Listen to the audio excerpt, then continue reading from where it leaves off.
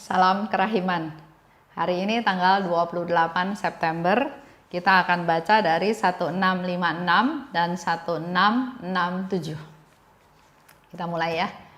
Dalam nama Bapa dan Putra dan Roh Kudus, amin. Bapa kami yang ada di surga,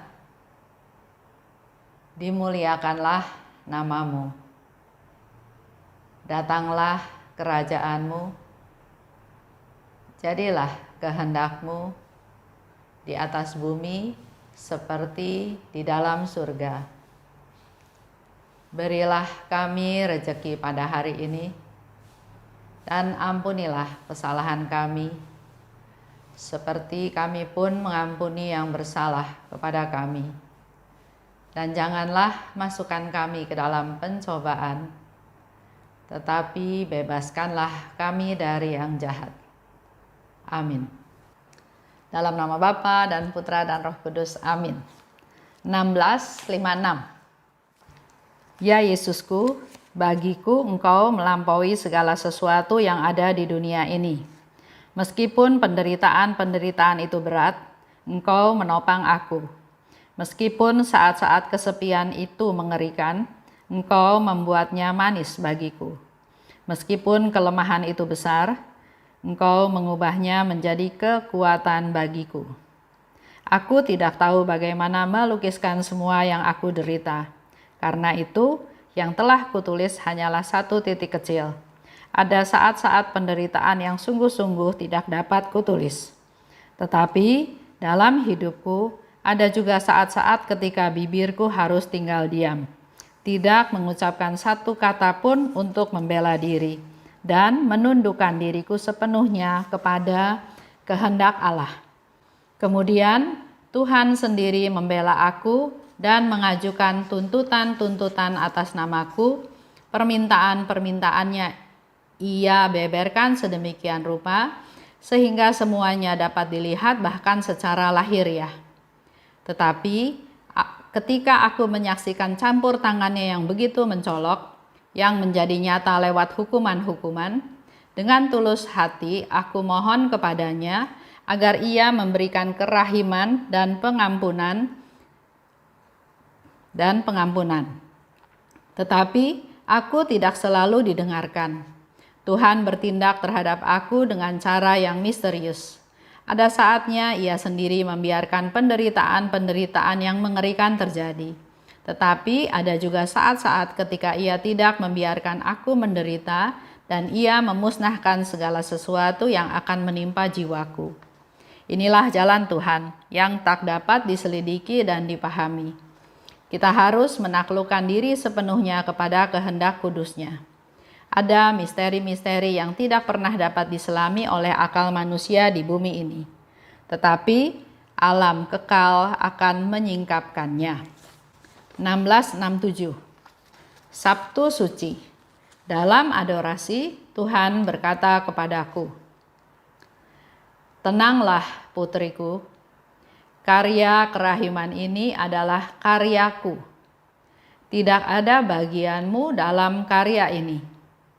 Sangatlah menyenangkan hatiku bahwa dengan setia engkau melaksanakan apa yang telah kuperintahkan kepadamu, tanpa menambah atau mengurangi sepatah kata pun."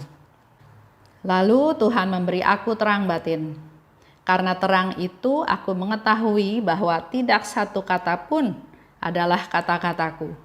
Meskipun ada banyak kesulitan dan hambatan, aku selalu memenuhi kehendaknya, sebagaimana yang Ia beritahukan kepadaku. 1656. Penderitaan berat, ya. Di sini dikatakan oleh Suster Faustina, meskipun penderitaan itu berat, Engkau menopang aku. Ya. Ini menjadi masukan buat kita semua, ya. Jadi dikatakan meskipun penderitaan itu berat, tapi Suster Faustina punya iman, keyakinan Engkau menopang aku. Walaupun kesepian itu mengerikan, tapi Engkau membuat manis. Contoh ya, banyak ya, ada juga yang cerita sama saya bahwa dia kesepian.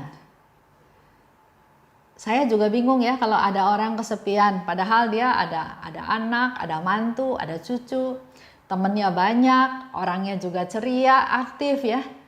Tapi kok bisa bilang, Esther tolong doain saya lagi kesepian. Itu buat saya bingung ya.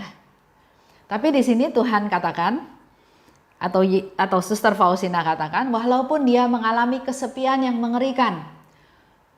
Lalu saya bayangkan dia mungkin ada di rumah sakit, orang-orang yang ada di rumah sakit ya, dia sendirian, nggak boleh ada yang nunggu di dalam kamar, mungkin lagi sakitnya parah, nggak ada juga teman sekamar, mungkin besuk juga nggak boleh,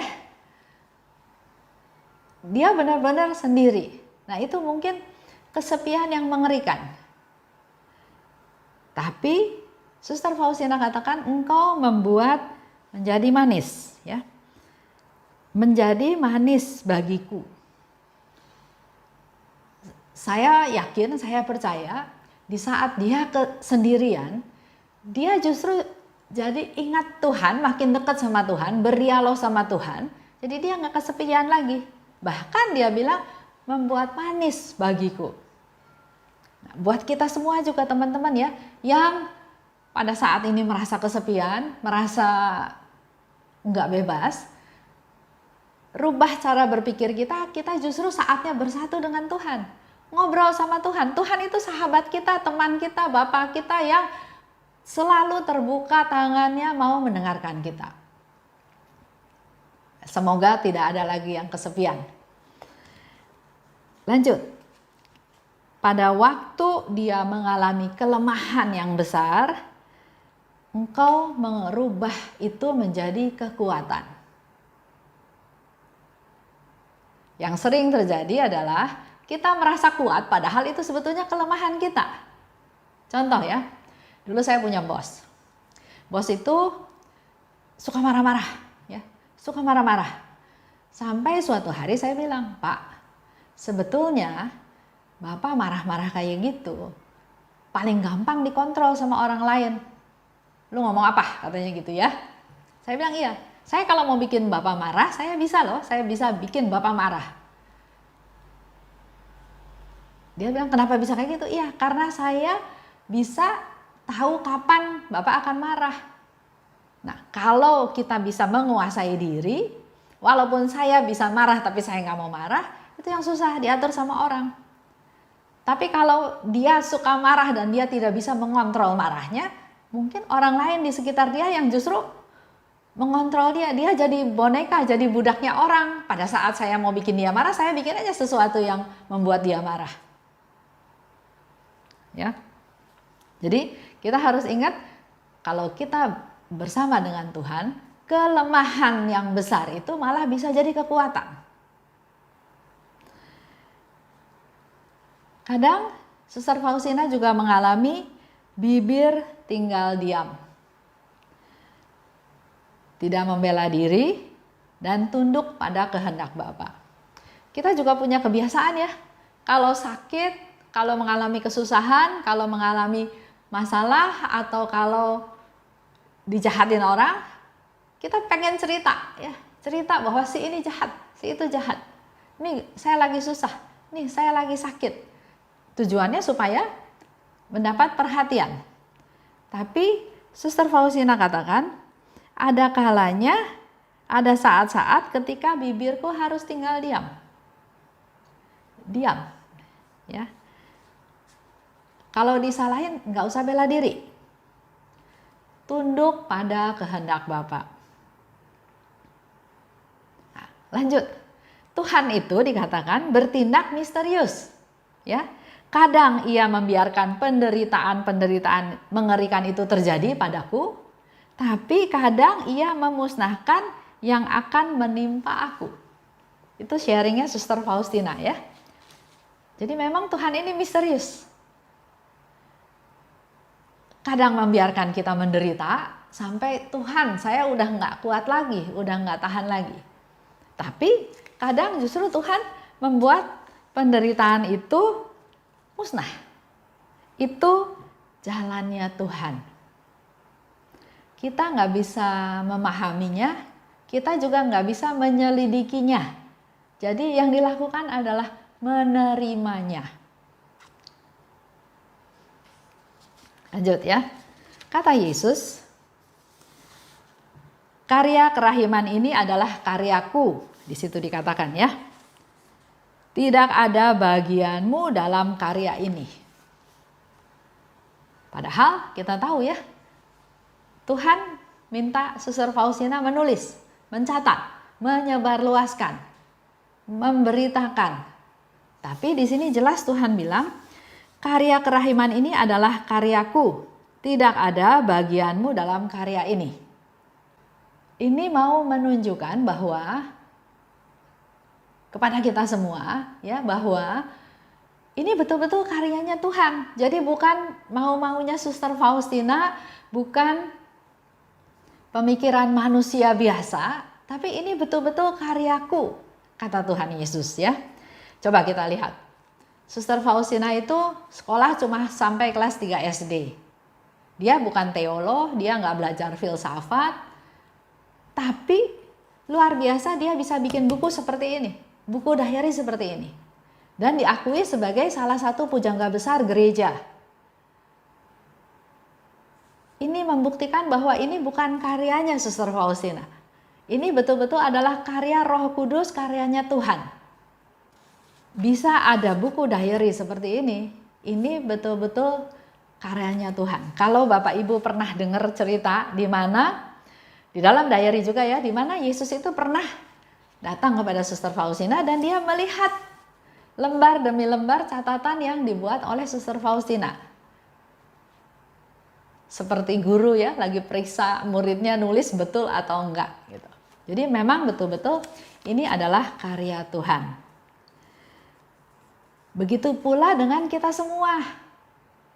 Tuhan Yesus mau ingatkan kita bahwa kita ini bukan siapa-siapa. Jangan sombong, jangan sok, jangan merasa hebat dibanding dengan orang lain. Karena kepandaian, kecerdasan,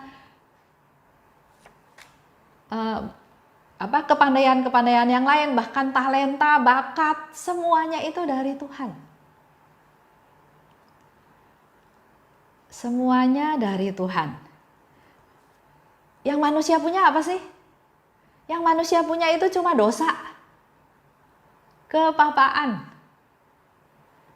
Tuhan memberikan kita rahmat, berkat, kepandaian, kesehatan. Terus sama kita dipakai dengan baik nggak? Kita diberi kesehatan, tapi terus kita makan seenaknya. Makan yang nggak menyehatkan.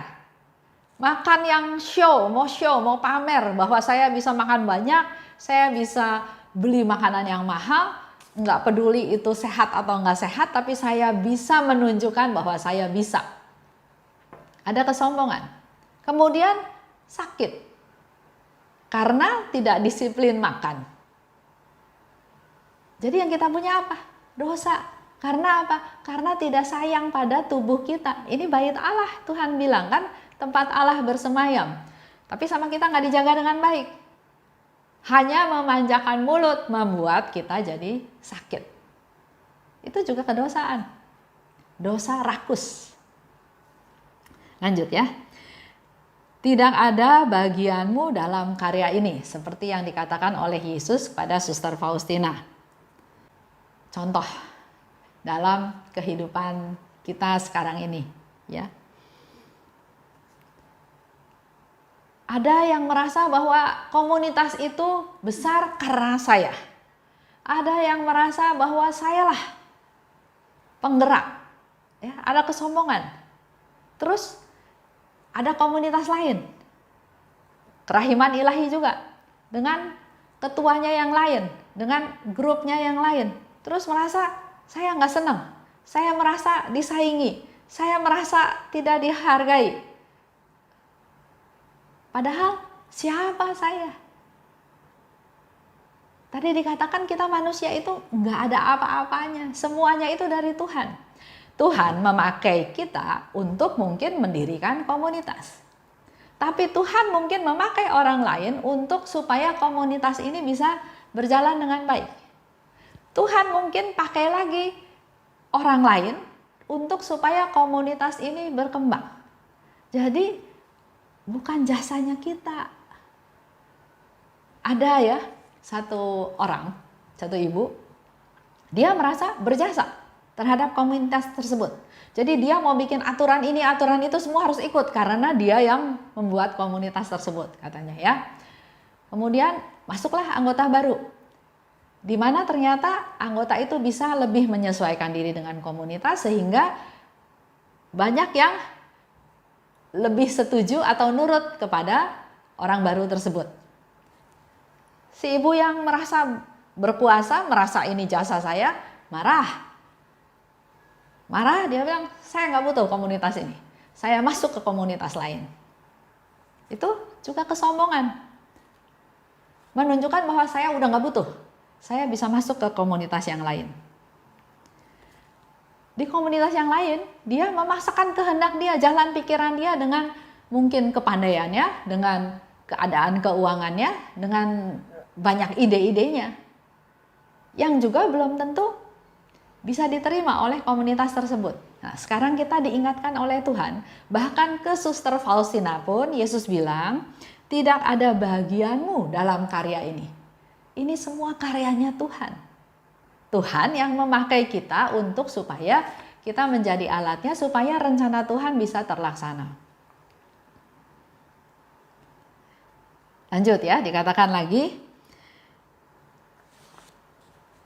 sangat menyenangkan hatiku bahwa dengan setia engkau melaksanakan apa yang telah kuperintahkan kepadamu. Jadi Yesus mau katakan ini juga kepada kita semua. Kita bisa menyenangkan Tuhan kalau kita melaksanakan perintah Tuhan dengan setia. Tanpa menambah, tanpa mengurangi satu kata pun. Jadi idenya semuanya itu berasal dari Tuhan. Tuhan suruh A, kita lakukan A. Tuhan suruh B, kita lakukan B. Kita hanya alat di tangannya Tuhan. Jangan kita tambah-tambah mengatur sesuatu, jangan juga mengurangi sesuatu. Setia. Setia melaksanakan yang kuperintahkan. Yesus datang ke dunia untuk menyelamatkan kita, semua umat manusia. Hal ini dilakukan karena Yesus taat kepada Bapa. Dia ingin melaksanakan, mewujudkan rencana Bapa untuk keselamatan seluruh dunia. Misalnya dalam doa Koronka ya. Kita sering merubah atau menambah sesuatu dalam doa Koronka. Padahal di sini dikatakan sangat menyenangkan hatiku kalau engkau setia melaksanakan perintah-perintahku dengan tidak menambah atau mengurangi kata-katanya. Nah, sekarang kita refleksi dengan doa Koronka kita. Dalam doa Koronka jelas Yesus mendiktekan kepada Suster Faustina apa yang harus dilakukan, didoakan, dikatakan dalam doa Koronka. Doa Koronka itu satu paket. Ini doa Koronka ya. Tapi Bapak Ibu bisa dengar juga di YouTube, masih ada beberapa yang melakukan doa Koronka dengan menambah peristiwa-peristiwa. Doa Koronka bukan doa rosario. Kalau di dalam doa rosario memang sudah dijelaskan ada peristiwa gembira, ada peristiwa sedih, ada peristiwa terang, ada peristiwa mulia. Di setiap peristiwa itu ada lima subtema lagi ya. Misalnya peristiwa gembira, Maria menerima kabar gembira dari malaikat Tuhan. Maria mengunjungi Elizabeth saudaranya. Yesus lahir di Bethlehem. Maria mempersembahkan Yesus ke bait Allah. Yang kelima, Yesus diketemukan di bait Allah. Memang setiap 10 Salam Maria diawali dengan permenungan seperti itu. Tapi dalam doa Koronka enggak. Nah, Bapak Ibu yang kebetulan mendengar hal ini, mohon baca dari tadi 1667 ya, di mana Yesus katakan, sangat menyenangkan hatiku bila setia melaksanakan yang kuperintahkan, tanpa menambah atau mengurangi satu kata pun. Itu aja pesan buat hari ini. Buat kita PR, semua PR untuk kita para devosan, mari kita rendah hati dan taat. Kalau enggak taat, artinya enggak rendah hati. Dalam doa Koronka, untuk dipraktikkan secara publik dan tidak untuk kesalehan sendiri. Karena kita berdoa Koronka itu untuk publik, maka mari kita berdoa Koronka seperti yang Yesus minta. Perlu diingat bahwa rahmat berlimpah yang disediakan Tuhan paling cepat turun justru pada mereka yang tidak sombong. Sekali lagi ya, rahmat berlimpah yang disediakan Tuhan paling cepat turun justru pada mereka yang rendah hati, yang tidak sombong. Oke, saya tutup hari ini, kita doa penutup. Dalam nama Bapa dan Putra dan Roh Kudus, amin. Allah Bapa yang Maha Baik, terima kasih atas sharing Suster Faustina pada hari ini. Kami juga mau belajar dari Suster Faustina ya Tuhan. Bila ada penderitaan berat, kami mau percaya bahwa Engkau tetap menopang aku. Bila kami merasa kesepian, kami mau memanfaatkan waktu sendirian tersebut untuk semakin dekat denganmu. Dan mampukan kami juga Tuhan untuk bisa mengandalkan Engkau, di mana kelemahan-kelemahan kami bisa Engkau ubah menjadi kekuatan-kekuatan. Allah Bapa di surga, pimpinlah hidup kami, aktivitas kami, agar apa yang kami lakukan berkenan kepadamu. Dan kami sungguh ingin menyenangkan Engkau Tuhan untuk mentaati perintah-perintah-Mu dengan setia. Berkati kami semua Tuhan, anak-anak-Mu yang mengandalkan Engkau, yang hidup berserah kepadamu, dan terutama mampukan kami untuk menjadi terang di dalam keluarga kami masing-masing. Kemuliaan kepada Bapa dan Putra dan Roh Kudus, seperti pada permulaan, sekarang, selalu, dan sepanjang segala abad. Amin. Dalam nama Bapa dan Putra dan Roh Kudus, amin. Salam kerahiman.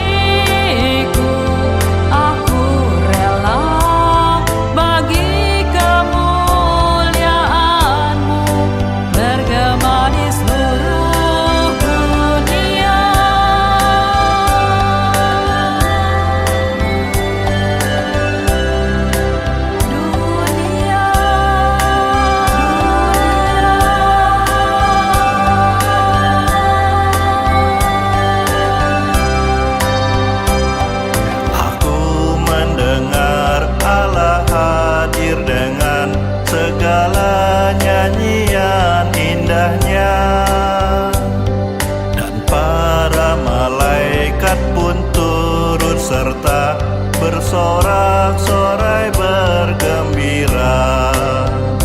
Aku rindu mempersembahkan kemuliaan kepada kerahiman-Mu, biar semua terjadi